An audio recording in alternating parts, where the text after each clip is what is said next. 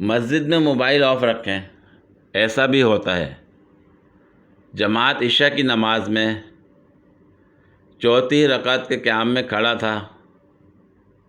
पूरी मस्जिद में खामोशी थी।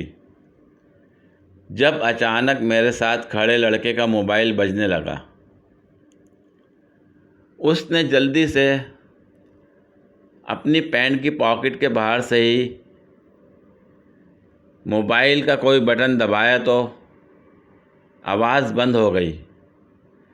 जब हम तशहहुद में बैठे तो इस लड़के को एहसास हुआ कि मोबाइल से किसी की हल्की हल्की आवाज़ आ रही थी। शायद कॉल कटी नहीं थी, बल्कि रिसीव वाला बटन दब गया था।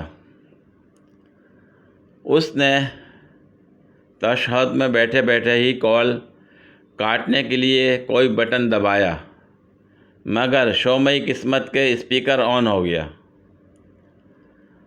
मस्जिद में मुकम्मल खामोशी थी, इसलिए पूरी मस्जिद में मोबाइल के स्पीकर से आने वाली आवाज़ गूंजने लगी। हेलो जान, अभी तक नाराज़ हो? आप बोलते क्यों नहीं? जान प्लीज़ एक बार बात कर लो ना। पक्का अब लड़ाई नहीं करूँगी। सच में मेरा अपने कज़न से कोई ताल्लुक़ नहीं। वो तो दुपट्टा पीको करवाने उसके साथ गई थी तो गोलगप्पे खा लिए जहां आपने देखा। जान प्लीज़। लड़का बेचारा लगा रहा कि किसी तरह कॉल कट जाए, लेकिन उस दिन उसकी किस्मत का सितारा ही गर्दिश में था। ना कॉल कटी और ना ही स्पीकर ऑफ हुआ,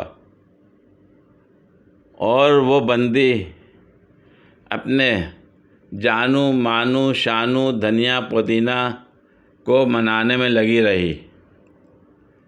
मौलवी साहब ने जल्दी से सलाम फेरा और उस लड़के ने आओ देखा ना ताओ सीधे बाहर की तरफ दौड़ लगा दी। उसके पीछे उसके वालिद मोहतरम भी जूती पहनने की बजाय हाथ में पकड़े बाहर भागे, और फिर बाहर जो हुआ उसके आगे मौर्रिख़ की खामोशी ही बेहतर है। कौन है ये लोग? कहां से आते हैं ये?